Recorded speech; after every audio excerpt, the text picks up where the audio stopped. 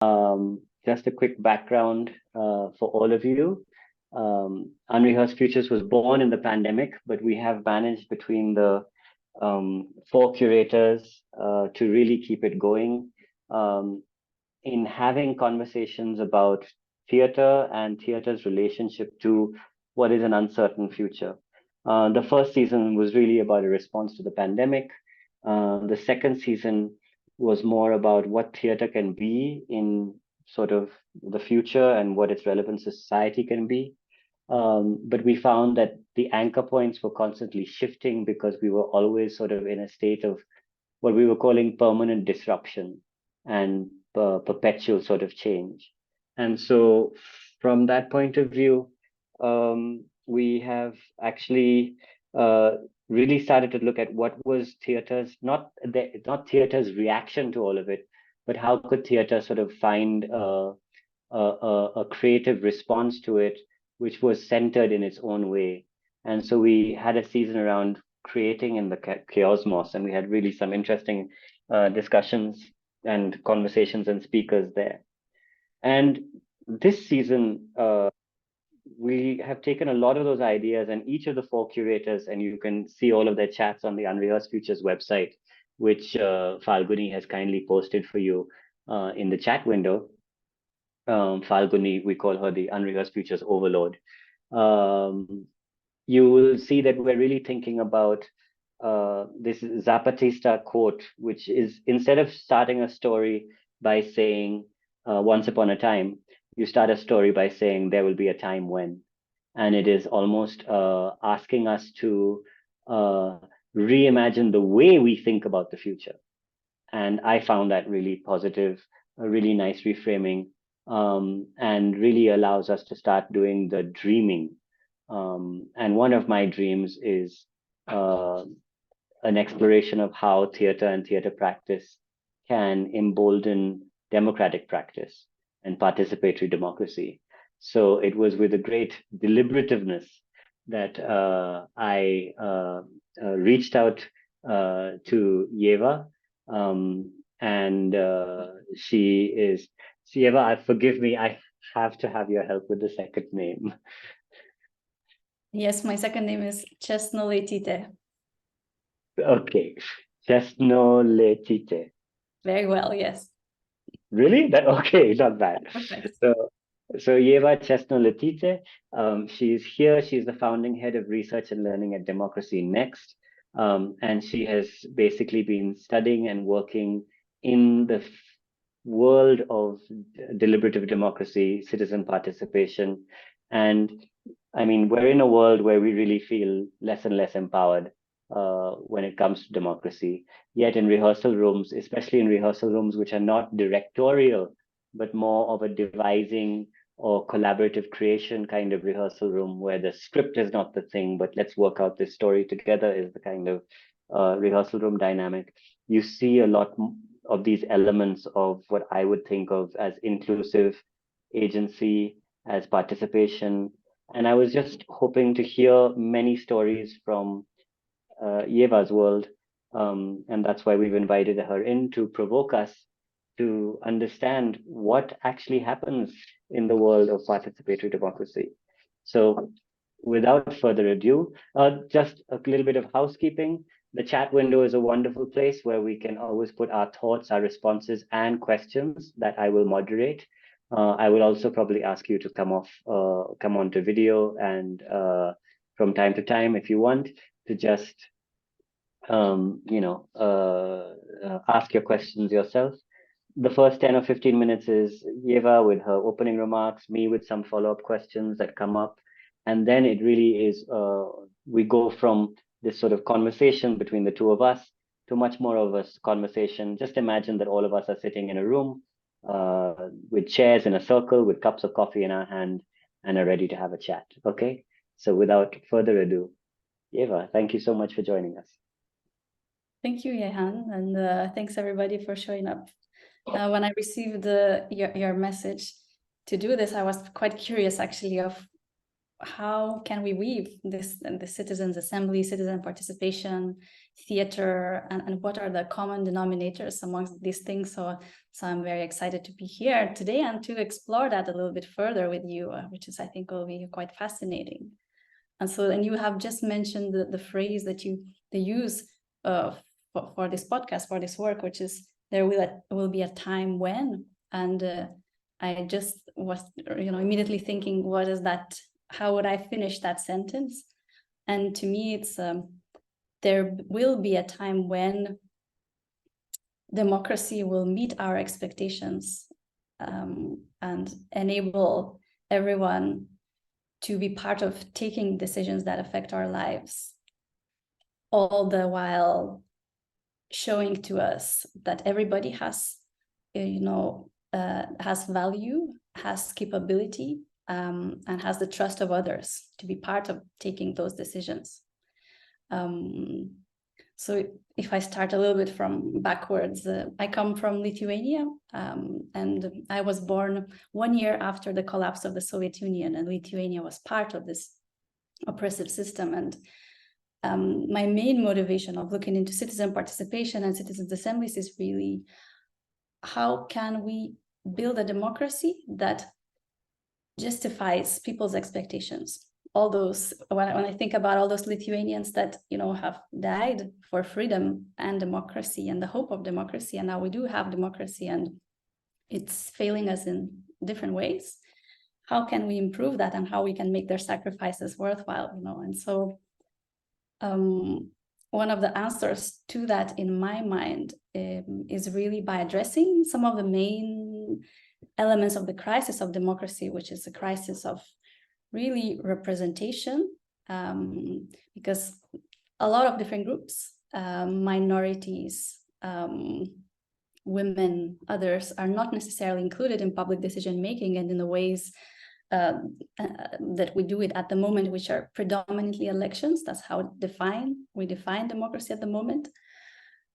And so over the past 30 years, there has been this new field that emerged of deliberative democracy, which really kind of talks about deliberation as the central process of public decision making. And deliberation is really a moment where people are meeting each other and they are considering each other's perspectives, and in an informed way, they discuss issues that affect them all and come up with some sort of shared decision around them. And it's really an empowering thought, because it's about the belief that everybody is capable of understanding and participating in taking those decisions. And so these ideas around deliberation, they have been coupled with another really important idea, which is a random selection of people, or sortition. And this idea, it has been used from ancient Athens in many places, but then kind of forgotten, and it's quite new in its modern version. But what it means is that we can select people randomly and then make sure that they meet the demographic criteria of the society to form this group that is demographically representative of a community. And if we put them in the conditions where they can learn about a policy issue, deliberate, we enable them to be empathetic with one another and to work towards a shared consensus. And in a world where polarization, disinformation, populism is so present and everybody lives in their own different bubble, we don't have very many spaces where we are able to do so. So these processes that combine this deliberation and random selection are called citizens' assemblies. There are different ways that they have been done across the world. And while I was working at the OECD, Organization of Economic Cooperation and Development, I collected examples of close to 600 of those citizens' assemblies that happened across the world, and looked into how they work, what are the best practice principles, what do they come to. And so these citizens' assemblies manage not only include marginalized groups, and all kinds of groups into public decision-making, but they also managed to improve outcomes of public decision-making. And what's important in the context of this conversation as well, it takes people to through a process of kind of empowerment, because imagine you receive a letter inviting you to participate in such a process together with a group of people that encapsulates the diversity of your community that you would never otherwise have a chance to talk to. And people that respond to such an invitation are usually people who have also perhaps never participated before, never voted before, and they have never been part of such a thing. And you come together with an invitation from a public authority to really consider a policy issue that's important for everybody. And you have the opportunity to learn about this policy issue from different stakeholders, from a diverse set of information. And then you go through this process of really weighing the trade-offs involved in this decision, and understanding other people's points of view and how perhaps a certain decision would affect other groups that you might never otherwise have thought. And from this, you then start understanding that perhaps we are also different and we see a world in a different way, but we all more or less want what's best for everybody. We just see it in a different way. So you really gain this kind of sense of empathy and understanding, ability to listen, ability to reason better, to deliberate, to justify your point of view, but also ability to see the point of view of others. And finally, to come to some sort of consensus, to not see the world in black and white, to find an agreement, and to also understand that taking public decisions is very complicated because there's so many different people that are affected in different ways. In a way, you start understanding that democracy can be done differently and that you can actually have a say. Because at the end, these recommendations, they go back to a public authority, and a public authority is committed to responding to them. And so I believe that this journey is a little bit of a journey of regaining your agency, perhaps leaving behind that learned helplessness, and also redefining your relationship with others, with a public authority that has organized such a thing. And when you go back to the world, you have a whole set of different skills that enable you to be a better citizen every day. So some organizations in the field have named it in a fun way that you are actually developing your democratic muscles, that are muscles of active listening, empathy, ability to express your opinion, bravery to actually speak and express that, ability to think and evaluate information critically, and other skills like that then enable you to be more active later on. And so we see from some of the examples of the citizens' assemblies, especially the bigger ones that happen on a national level, such as there was a citizens' assembly on climate change in France a couple of years ago that was a direct outcome of the Yellow Vest protest movements. Some people changed their jobs. They became climate activists. Some of them even ran for the mayor in their community. So their lives were transformed. And so I believe that these processes are not only useful for public decision making, are not only useful for actually giving genuine power to people, and we should be doing more of those, but it's also a way for us to become better citizens, better human beings. As one of my good friends, Robbie Stam, says, that everything, all the good things in life are about maximizing the opportunities, the constructive opportunities of humans, and minimizing the destructive. And so I think that citizens' assemblies are really the epitome of the maximizing the constructive. So yeah, I'm very curious also to hear how this resonates with your theater practice and what threads we can weave there together. Thank you.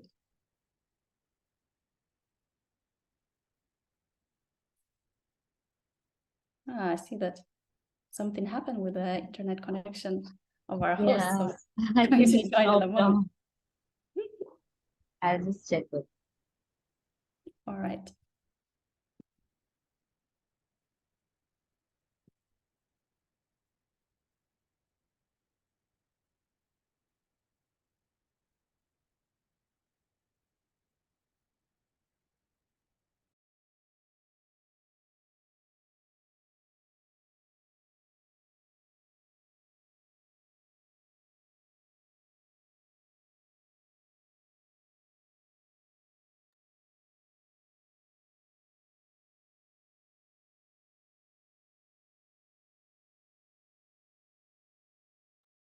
Yes. Can I take this time to actually delve into something that you said? And I was just looking at this marvelous journey that you've had, Ieva. So meanwhile that Jan is coming back, can I ask a question? Sure, of course, yeah. Okay. I was wondering that when we say, when we are saying open government partnerships, right? Or we are speaking about building empathy within government, what is the role of language, and what is the role of speeches? Because I think in the last 2 days we have been following a lot of debate around women's reservation bill in India, and when you look at that, you say that the language in itself has such a big role to play because the rhetoric usually doesn't help. So if you have any thoughts on that, I would like to hear that. So you mean, what is the role of language and speeches in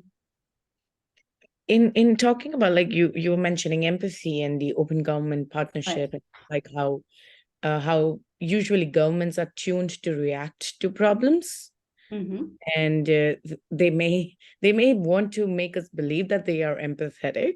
However, they're just rhetoric. So what is this bridge? Yeah, I think there's a kind of a question where we also talk about that their citizens don't trust the government, but the question is also whether the government is trustworthy. So should we trust? If we flip the question, I think it's also quite interesting. So here, indeed, what you're there has to be a genuine, I guess, interest and wish from governments to be involving citizens in decision making, and to expressing, let's say, this empathy or engagement through action rather than just rhetoric. And these are two entirely different things. There's even, like, if you look at the ladder of participation, there are 3 levels of participation. So the first one, the very basic, is information, which is a one-sided thing where you provide information to your citizens, so they know what's going on. So maybe this is this sort of rhetorical, what you are kind of mentioning. The second one is consultation, where government provides some sort of info with wanting citizens to kind of react to it, provide inputs, but in a limited way.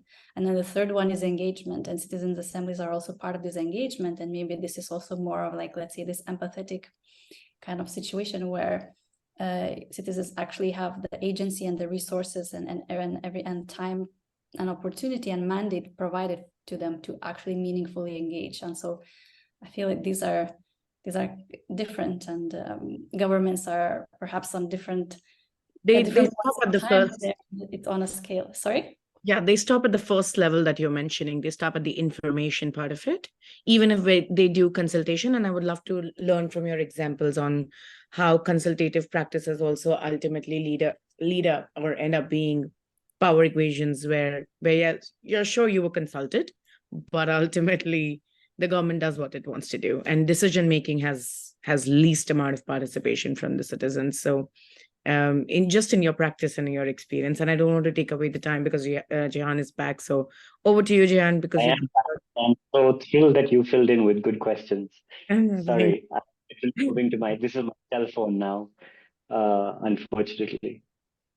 Okay. No, so Ieva, if you want to respond to that a little bit more, and then I can fluid that in, because also the 3 levels of participation were also good, and it's part of what I want to talk about. Yeah, well, I guess what we see, that most participation isn't necessarily quality participation. And so that's a little bit of the problem, because the main, motivator for people to even participate is the very clear connection to decision making, because people feel when their time is wasted and they don't want to participate. And this sort of participation washing, where there is just a consultation where it's not necessarily designed for people to provide meaningful input. I mean, this is something that we should be moving away from, and we should be leaving behind and going up that participation ladder, I guess. But it's still very often the case. But these citizens' assemblies in particular provide an example of how things could be radically different. So that's why I find them very inspiring. Thank you so much for engaging with those. Thank you. So I found myself quite audible. Is everything okay? We hear you now, yes. Okay, good. So I found myself quite like, so I register with a lot of what you're saying in terms of how we, especially in terms of the construction of a citizens' assembly, and then what happens in there. I think I want to just first of all, the first thing that is of interest to me, which I guess we'll start with this basic question is when you talk about the muscle that gets developed, we also talk about muscles that get developed in acting and performance, in collaboration, in listening, in all of that. And it's beautiful because there was a study there was a European Union study, and I'm going to try and do a screen share. Hold on, share this baby. Yes. There you go. Hold on. Yeah, share. And this was it was a drama improves Lisbon key competencies in education. The study is available online, and that can be also inserted into the chat window at some point. But these are the things that they found. This was a group of 4,000 participants across 75 drama programs in 16 countries. And they weren't huge margins of improvement, but there were definitely margins of improvement that all spoke about things that were very much muscles that you require for participation. And I found this, like, don't you need this in your democratic, everyday democratic citizen? So, I mean, there are studies out there that shows that theater does this, apart from my own personal experience. 1 second, stop share. And the other bit I was actually saying, can you give us a bit more about what is when you walk into a space to practice deliberative democracy in a citizen assembly space, and in terms of almost like at the feeling level, the experience of participants that you have witnessed. Because what happens when I realize, for example, that maybe I'm not listening, or that my point of view might be the wrong one, or this is hard, this is so frustrating, we're never going to get to an answer. What have you realized when you have seen this in action?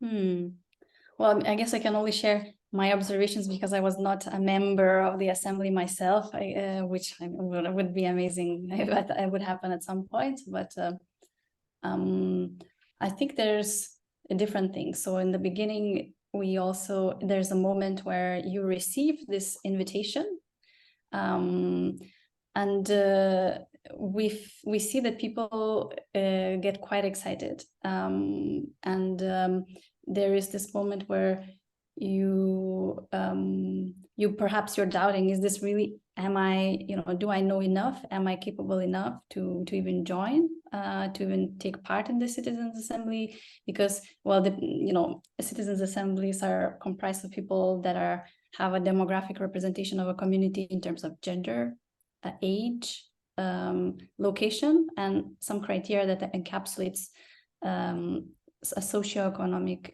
criteria, so either education, employment, or something like that. And so there are people that are used to participating, having their voices heard, that get this invitation, but there are people that never ever had this type of privilege extended to them in such a clear and direct way. So there, people are sometimes doubting, maybe I'm shy, maybe shall I wear a suit, how this is going to go. People are not necessarily, which is actually one of the questions that we answer in that letter. There is usually a frequently asked questions, and one of them is, should you wear a suit? Because people, it is a barrier to participation. You have to let them know how things are going to go so they feel comfortable. So you do maximum possible to make them feel invited, and you reassure that everybody is welcome, and this is the kind of cognitive diversity that we are looking for, and this is precisely why they are needed there. I guess when they meet for the very first time, like even when you look at pictures from citizens' assemblies, you can see visually this diversity in the room. There's like, I have not seen more diverse groups of people than this. It's like probably not possible to achieve. So you see all ages, genders, everything represented there. So I think that has to be, at least to me, it is an important moment where you really realize this complexity that's within the society, and how precious it is to have this opportunity to learn from all of them and hear all of their perspectives, because if you think about the parliament, our parliaments are extremely homogeneous in terms of gender and age and all of those things, ethnicity perhaps as well. And then I think there's also moments of initially people where they start, when they learn about a policy issue, they hear from different policymakers and experts about the policy issue before they're able to even talk about it. They go through this process of really acquiring this knowledge and sharing how they understand this knowledge. And then the next step is also for them to share their personal reactions and opinions before they can get to some sort of rational discussions.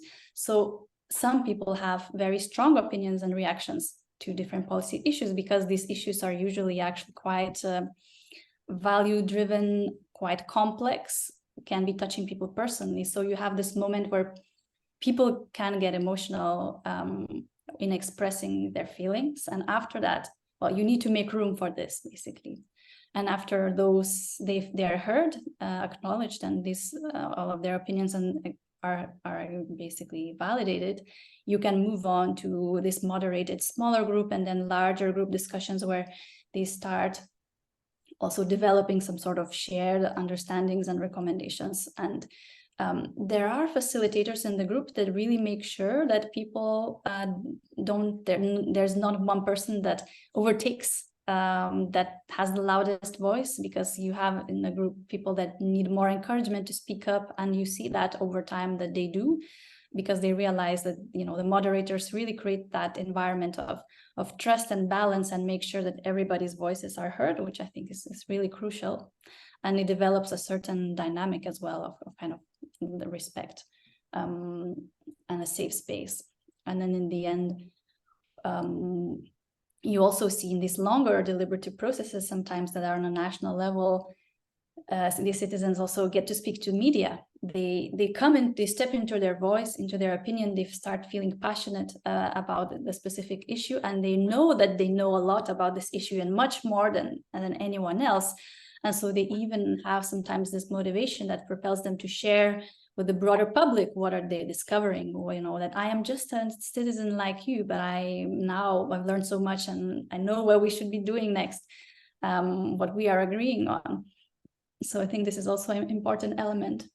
And then in the end is also about reaching this broad consensus, because usually the aim is to get 80% consensus on the final set of recommendations. So you really get something that majority of the groups agrees on. And so here you require people to compromise with each other and understand each other and also tap into those skills of compromise. And then all of this as well is presented to the public authority, where you proudly represent what you have developed on behalf of your fellow citizens. And also it's important that you achieve that feedback as well from the public authority, that these recommendations are very important and will be considered. So I don't know if this helps a little bit to clarify those, perhaps in response here. Hugely. And it's I mean, all the way from the point of invitation and wondering if you're even competent or have an imposter syndrome. It actually made me think about in theater, because you spoke about, what did you call it? It's the randomized selection was called a Santa. What was the expression you used for random selection of people? Sortition. A sortition. Oh, perfect. Sortition. That's right. So is it completely a random sortition across demographics, etc., just aiming at diversity, or does the sortition also follow some kind of curatorial pattern based on the thing that you want them to come together and deliberate on? So if we're deliberating on, say, for example, women's right to maternity leave, would the sortition then be curated accordingly, or is it still just a sortition? That's a good question. Well, usually the idea is that for recommendations to be legitimate, they come from this sort of demographic representation. So we always aim to have a group that encapsulates the diversity. So in these 4 criteria, it doesn't matter what kind of policy issue it is, because we want the consensus of all of the community. So like, it's not helpful if we have women deliberating about women's issues, because then we are not taking the rest of the society with us on this learning path and helping us solve these issues that exist in the whole of society, you know. So we should be, but the way that you represent these groups that are, for example, if we're discussing inequality and things, you would have women testimonials, experts, gender equality experts, etc., presenting in the very beginning of the process. So you have these groups represented in such a way. But then the idea in this is that everyone should be involved in solving collective issues, which is true, in my view as well. So then the curation of the content actually happens with the people that you present to the sortition for deliberation. Understood. So no, the reason I ask this is because when we're working on a process and people together in the theater space, you are curating and casting the people as well. Unless you're in a facilitative space where you walk into the room and the people you're presented with are the people you have to work with. And that also works absolutely. So, but I was wondering about that. I also love the idea of making them feel safe, because we have that idea of making people feel safe in the rehearsal room, for example. And so the safety of the person feeling that they can be themselves. And then when you talk about the media, use this word, step into their own voice. Again, is it just, I love Carlos, I have nothing to add except that it's so good and empowering to know that this is there. These are in the length of this process that happens, or the challenges that happen. And I also, sorry, one more thing I really is a learning for me is that you almost say that, you know, even though this is a structured facilitative space to solve a problem, etc., you have deliberately kept this space there for everyone to have their almost their heightened emotions and express themselves at their most vehement, I suppose, their outbursts, their outrage, all of that, their reactivity, so that then they can put that on the side and then start the real work. Is that how you guys conceive it? Yeah, it's just that to move on, you really need this sort of a space for expression and for this first reaction, and then you can have some sort of healthy conflict there to vent through all of these, you know, built up emotions. I think it's exactly what you're saying. And that idea of like, they have to just feel that they were heard, and that's the solution. Like, as long as they felt that they were heard, then things become easier, or well, less complicated than they already are. But how does this work now, for example, you talked about a cognitive range of people. And I don't know if that means people who are smarter and people who are dumber, or just people who know different things and contain different kinds of knowledge. It's the latter, yes. It's the latter, of course. They have different ways of knowing and living and experiencing knowledge. It's definitely that. Perfect. So then what? Okay, so this is the group of people.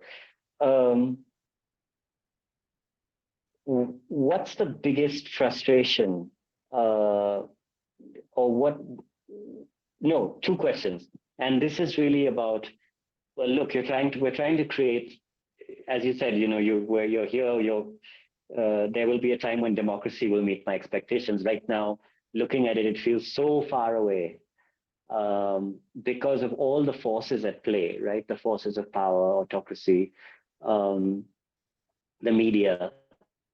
And specifically, I was just wondering about the fact that given that conversations and the ecosystems that we're growing in have polarized us so much on so many different axes, what happens to like a deliberate citizens assembly now versus, like, I almost feel like a citizens assembly 5 years ago might have been calmer or easier to come to some central ground, or if that's what it is.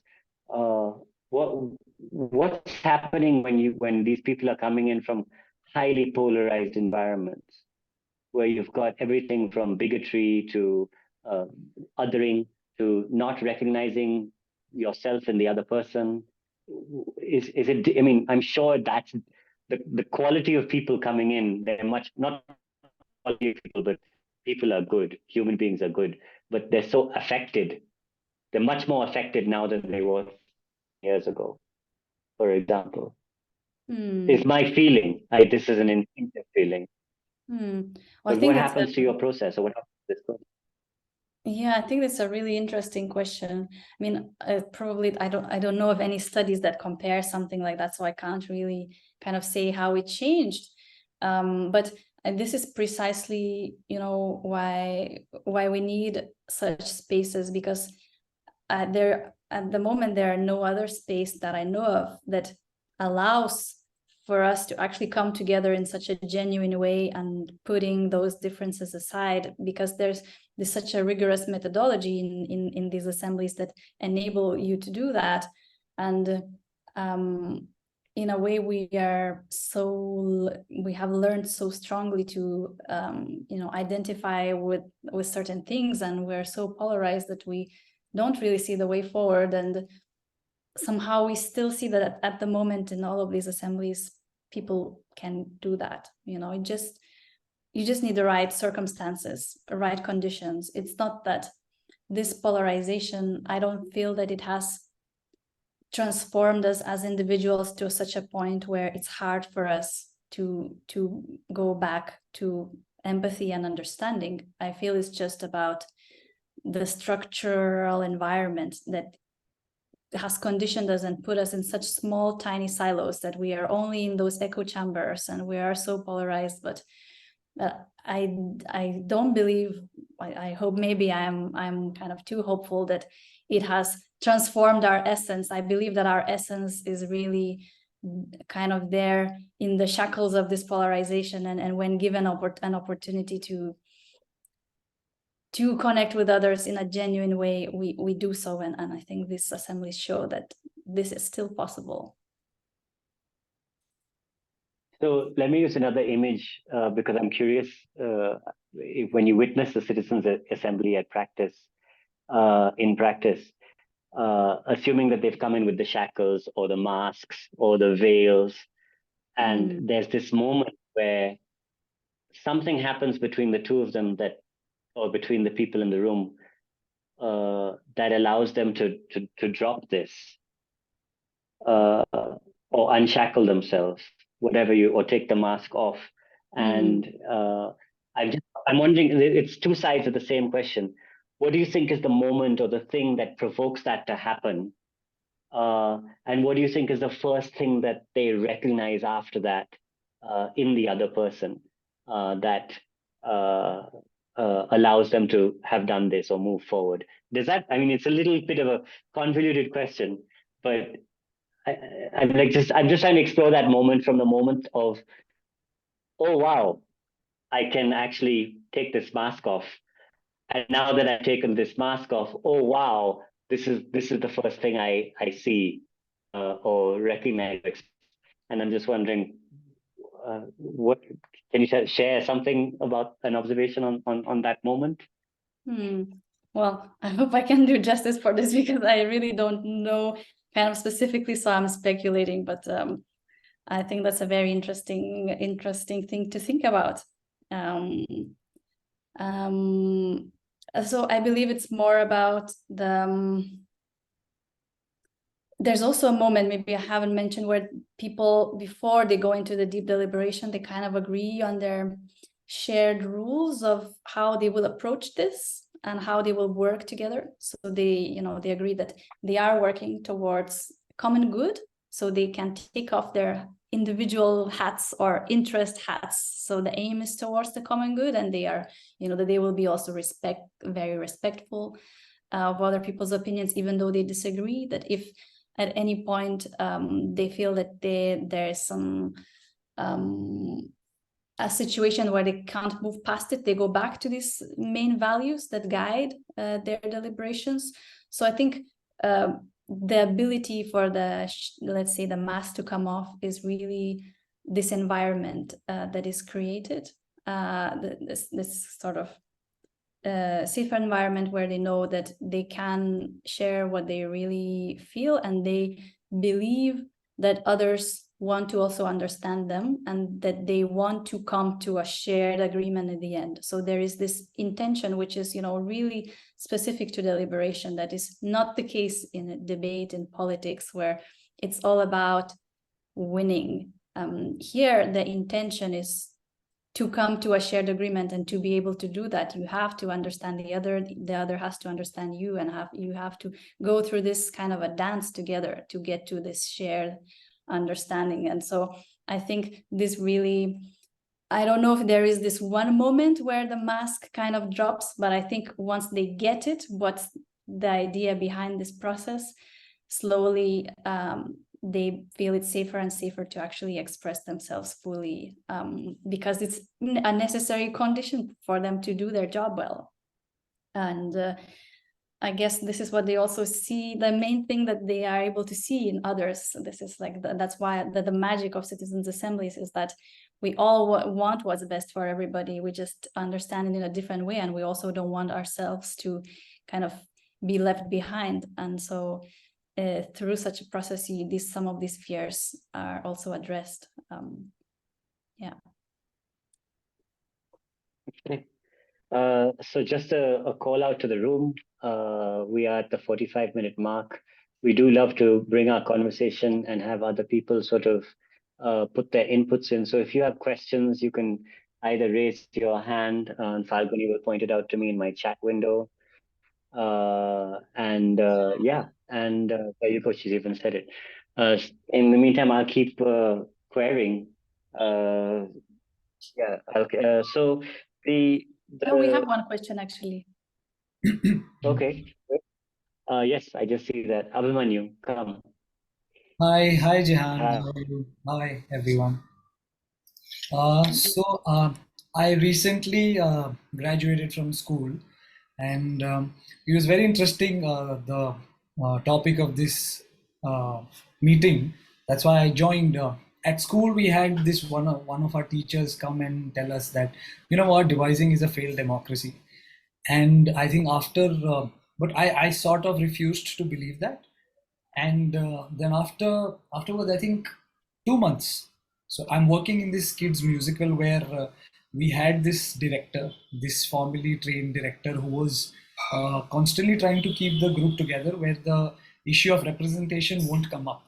So he would do that by tricking people into expressing what they really feel about the seed of the play is, or about what they really feel, what makes them tick about this specific thing that they want to say through this play. And on the other hand, there was this director who was constantly making certain kinds of remarks which would tell people which would sort of throw people back, not do this or not do that, and then they would sort of shut themselves up. So I mean, specifically because I've just graduated from school and I'm working towards making my own play, a devised play, I feel that in an environment where you have such polarization, it becomes very difficult.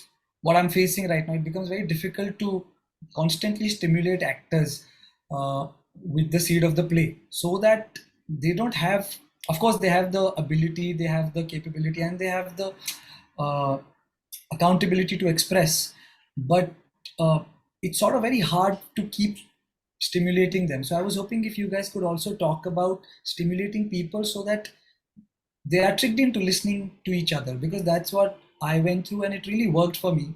I think it does work. Yeah. So do they, Ieva, do they need to be tricked into understanding each other? And also, because I just got to fold a question onto Abhimanyu's as well. The issues being discussed, are they low stake or medium stake or high stakes for the group? And what is the relationship of, like, the urgency of that moment as well, in terms of concentrating focus? And do you feel like anything about the robust structure of a citizens' assembly is manipulative or tricking, just in order to get them to a better place? I mean, I think tricking is the wrong word here. Well, go on, then try and clarify another word. Yeah, I think it's more about sort of stimulating only that environment where people are able to see each other and listen to each other rather than just expressing themselves. So I think it's about stimulating, not really tricking them into that. Because here, what I saw was when someone was able to stimulate me, I was able to let go of all of that and just listen to each other, because I knew that it's only for the best of the rehearsal space that I need to do that, and the other people also start doing that. So that's what I think it is. But my issue is that maybe it's a craft question. I don't know, but I would like to know how you guys handle it in a room where you suddenly have this outburst.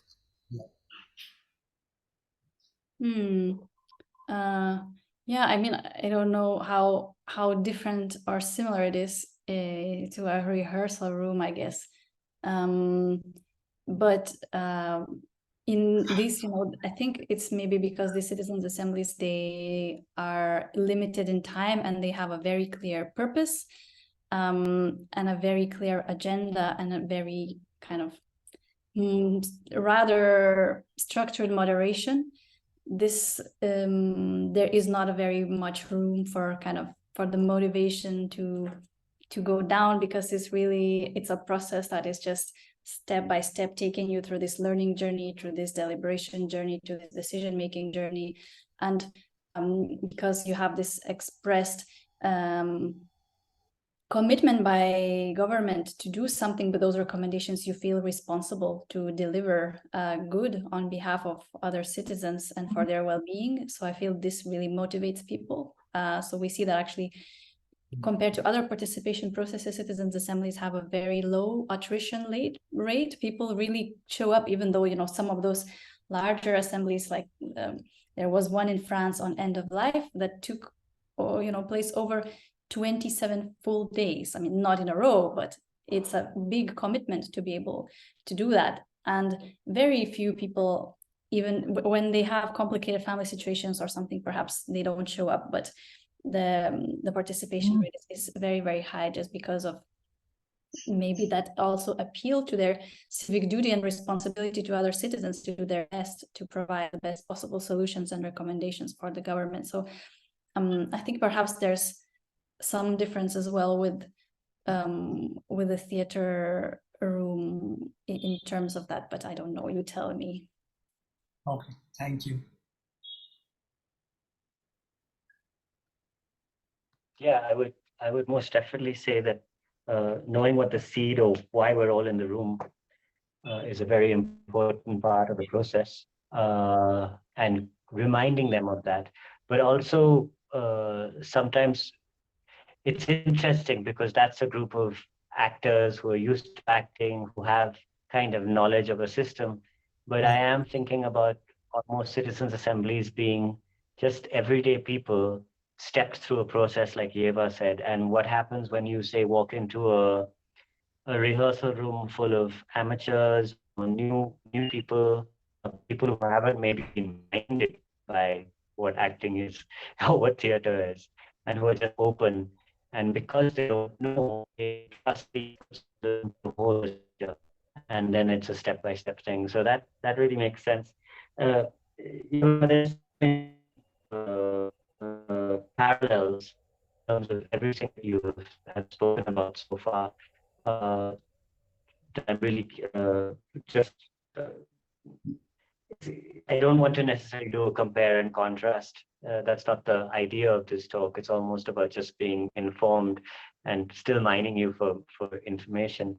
If anybody else has other questions on anything that was provoked by them, please do raise your hand. Please do put your thoughts in. That would be great. Yeah, thank you for that question, Abhimanyu, and thank you for sort of bringing it right back to theater in that way. So let's just talk a little bit more about, so in our process of devising or making a new story towards something, say we want to create a story about immigration, for example, the devising space. We will bring lots of stories in and put them up on the wall and start looking at them, finding different ideas around them, and then use that to sort of create, begin to build a map of the creatively interpreted. I'm just trying to understand how experts who present to the citizens, because isn't there already somewhere in there an implicit potential for bias, or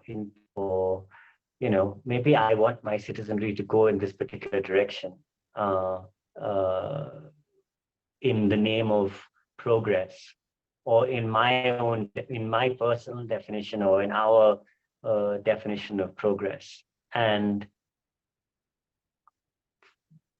how do you curate the experts who are showing you the issues at hand, or do you bring the two most polar opposites into the room and have them both speak, or how does that get curated?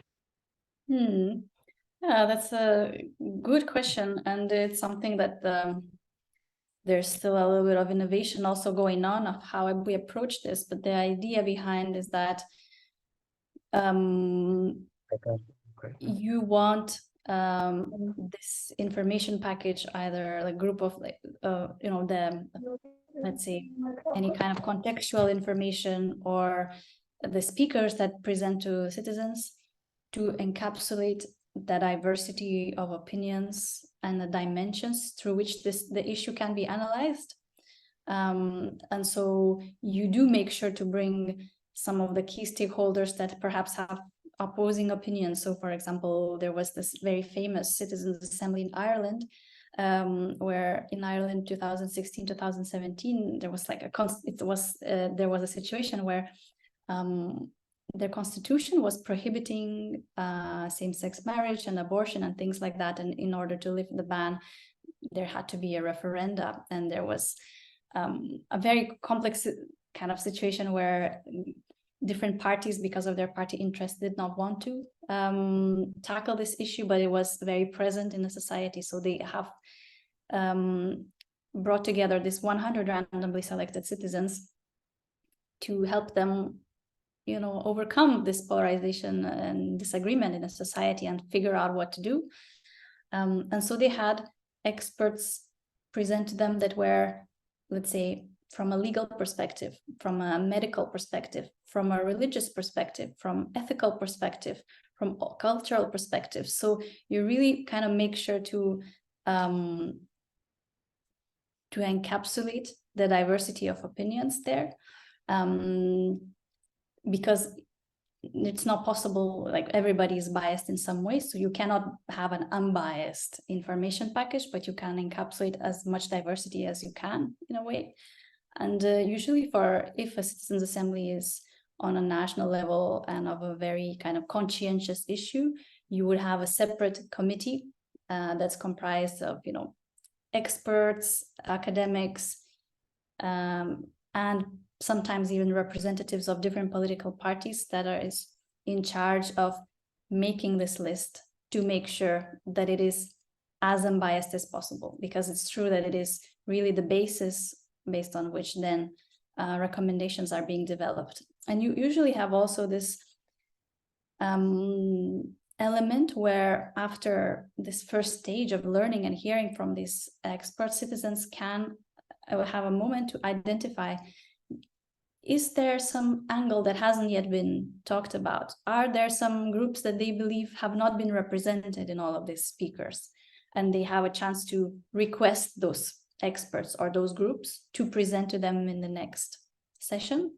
So there is a little bit of like a balance there where citizens control as well for this bias in a way. I hope that helps answer the question.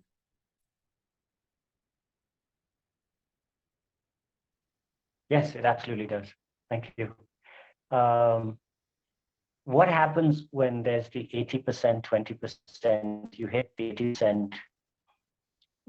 What if the deliberations and the determinations of the assembly, somewhere it's like, it's antithetical to like somebody in the 20%. It's almost an existence question. Am I making sense? Like it threatens their way of life. Well, how does that work? Do you mean at the end where they try to reach consensus? Yeah. Well, yes. Well, usually there isn't such a massive discrepancy, because going through this process of, getting everybody on a shared common ground through learning and then deliberation, you work through these issues that you threaten somebody's way of existence. So this doesn't happen because these very big disagreements are worked through the process. But there are some disagreements sometimes where people don't kind of, when you do the voting, you ask them, is this something I can live with? And not like, do I agree with it 100%? Because that's how consensus is kind of built. But there are sometimes still some people that feel very strongly about, let's say, one of the recommendations that they wanted to make it to the final report, but it didn't receive the support needed. In those cases, they can write something called a minority report, where they write kind of a statement of why they believe this and this recommendation also should be part of this report, but stating that it has not received what kind of support it has received. And this also makes it to the final report that goes to the policymakers. So their points of view here are also represented in such a way. Brilliant. Brilliant.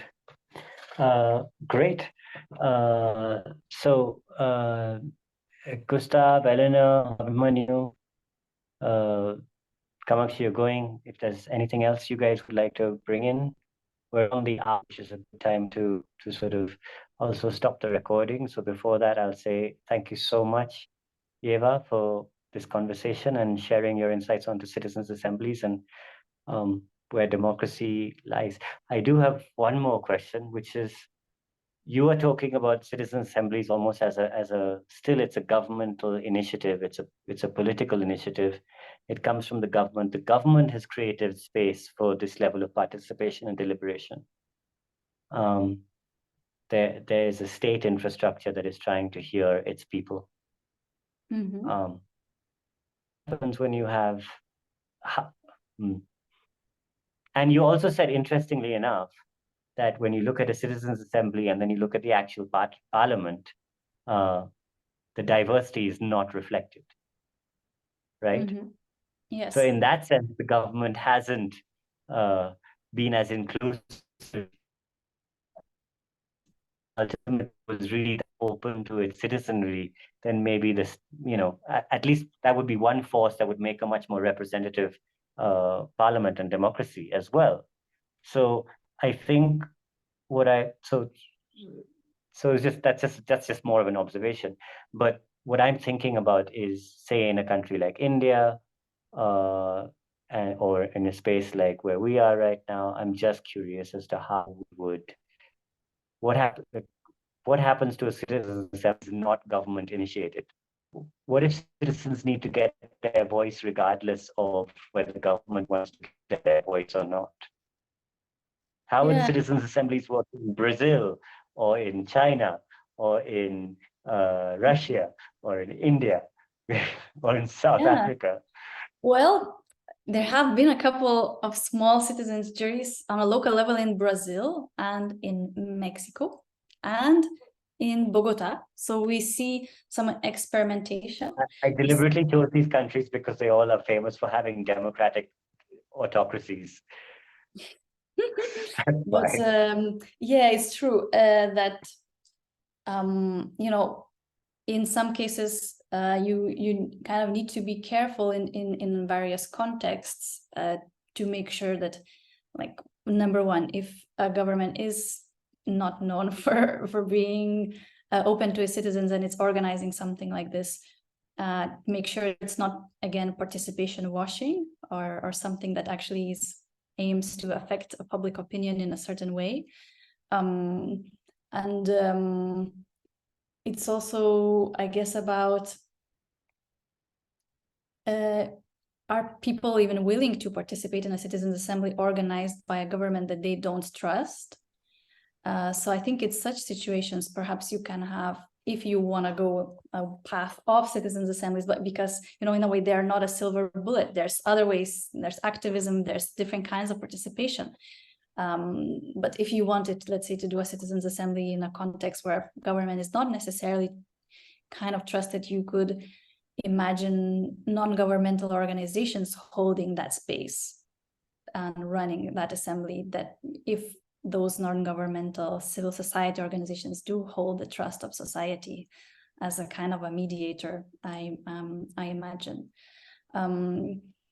But usually in those environments, we see rather smaller local level assemblies that are about, you know, urban planning decisions, infrastructure decisions, and things like that, that are less somehow, that are close to people's everyday lives, and that they transfer a bit of a less of a power to those citizens and feel perhaps less threatening and acceptable to different kinds of authorities because they offer policy benefits and easier policy implementation after.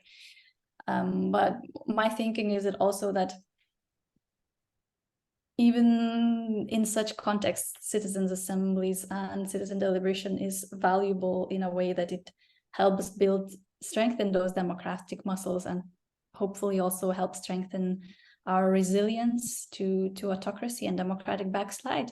I mean, one of the critiques of citizens' assemblies is also that, you know, this amazing thing happens to people that are actually in the room, but what about the rest of us? Because it's usually a small group of people. But what we see as well is actually studies have shown that not only people who have participated in a citizens' assembly felt their efficacy increase, but also people who knew that there were citizens' assemblies happening, they felt their sense of efficacy also increase, because they kind of felt the sense of, like, respect for everyday citizen in their minds grow. And another thing that you can do, and what happened actually in Ireland, is communicate very broadly about the assembly that is taking place, and in a way you are able to, hopefully, if the media is interested and helps you do that, raise the quality of debate about a policy issue in the broader society. So in the end, actually 66% of the Irish population knew that there was a citizens' assembly on the questions of constitutional changes on abortion and marriage equality and things like that. And they were, you know, they were able to use that information that those experts shared with citizens, and that knowledge that it was made available for everyone, to understand the issue better themselves. And when they went to the referenda to vote on what happens next, they actually voted in the same way that the Citizens' Assembly has suggested, and lifted that constitutional ban. So this shows that it's not impossible to take everybody on this journey, if we have media that's also invested and interested and communicating properly about these issues. Yeah, and ideally, you know, what we're talking about right now is that these assemblies in some places have become a more structural way that public decisions have been taken. So they become institutionalized. They are gaining new powers, such as agenda setting powers, follow-up powers. And the more assemblies we have, like ideally, perhaps the vision is that at some point, everybody in their lives will be at least once invited to take part in such a thing. And so imagine how transformative that might be for society. That might be, yeah, absolutely. I think I just heard, we just spent an hour hearing a story of really just to experience democracy in an individual. And I think that for me, like, knowledge is really embodied at all times. Like it's you only understand something once you've experienced it. And I think that this is a beautiful way to, as you said, you know, the moment the mask drops is when they just get it. They get what's happening over here and that they're safe in there, they can deliberate and they suddenly have agency. So that's really lovely. Thank you so much, Ieva, for your time. And I think, oh, do we have another question? Hold on 1 second. Okay, great. Yes, the recording